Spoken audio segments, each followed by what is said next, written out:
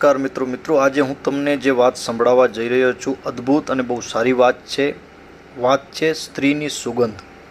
આ સ્ત્રી પર લખાયેલ એક શ્રેષ્ઠ વાત છે। કૃપા કરી અને આ ઓડિયો તમે આખો સાંભળજો તો તમને ચોક્કસ મજા આવશે। મિત્રો જ્યારે ભગવાને સ્ત્રીનું સર્જન કર્યું ત્યારે તેઓ મોડી રાત સુધી કામ કરી રહ્યા હતા। ત્યારે એક દેવદૂતે પૂછ્યું કે આટલો સમય કેમ લાગી રહ્યો છે? ભગવાન બોલ્યા કે તેને ઘડવા માટે મારે કેટલી બધી શરતો પૂરી કરવી પડે છે। તે જોયું। તે દરેક પરિસ્થિતિમાં કામ કરવા સક્ષમ હોવી જોઈએ।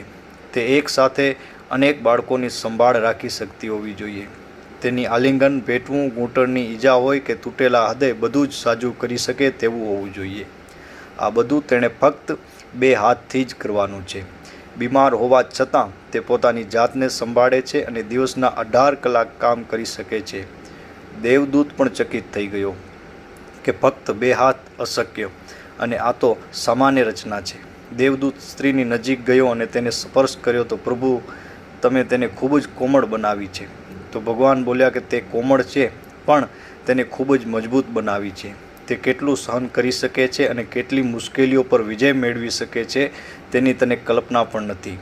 દેવદૂતે પૂછ્યું કે શું તે વિચારી શકે છે? ત્યારે ભગવાન બોલ્યા કે તે ફક્ત વિચારી જ નથી શકતી પણ તર્ક લગાવી શકે છે અને નિર્ણય લઈ શકે છે અને સંવાદ પણ કરી શકે છે।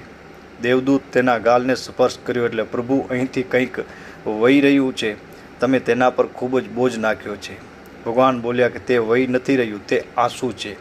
તે શા માટે?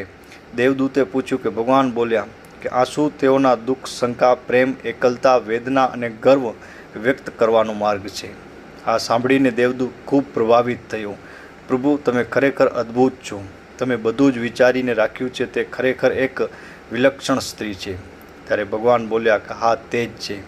તેનામાં પુરુષને આશ્ચર્યચકિત કરવાની શક્તિ છે। તે સંકટોનો સામનો કરી શકે છે અને ભારે જવાબદારી ઉપાડી શકે છે। તેનામાં આનંદ, પ્રેમ અને પોતાના વિચારોને જ્યારે તે રડવાનું મન થાય ત્યારે રડી પણ લે છે અને જ્યારે હસવાનું મન થાય ત્યારે હસી પણ લે છે। જ્યારે રડવાનું મન થાય ત્યારે પણ તે ગાય છે અને આનંદમાં રડે છે અને ડર લાગતો હોય છતાં પણ હસે છે। તે જે વાતમાં વિશ્વાસ રાખે છે તેના માટે લડે છે। તેનો પ્રેમ નિસ્વાર્થ હોય છે। સંબંધી કે મિત્રોને ગુમાવ્યા પછી તેનું હૃદય તૂટી જાય છે પણ તેમ છતાં તે જીવવા માટેની શક્તિ શોધી લે છે। દેવદૂતે પૂછ્યું તો શું તે સંપૂર્ણ છે? ભગવાન બોલ્યા ના, તેનામાં એક જ ખામી છે, તે ઘણીવાર પોતાની કિંમત ભૂલી જાય છે। જે સ્ત્રીઓ તમે આદર કરો છો તેમને આ મોકલો।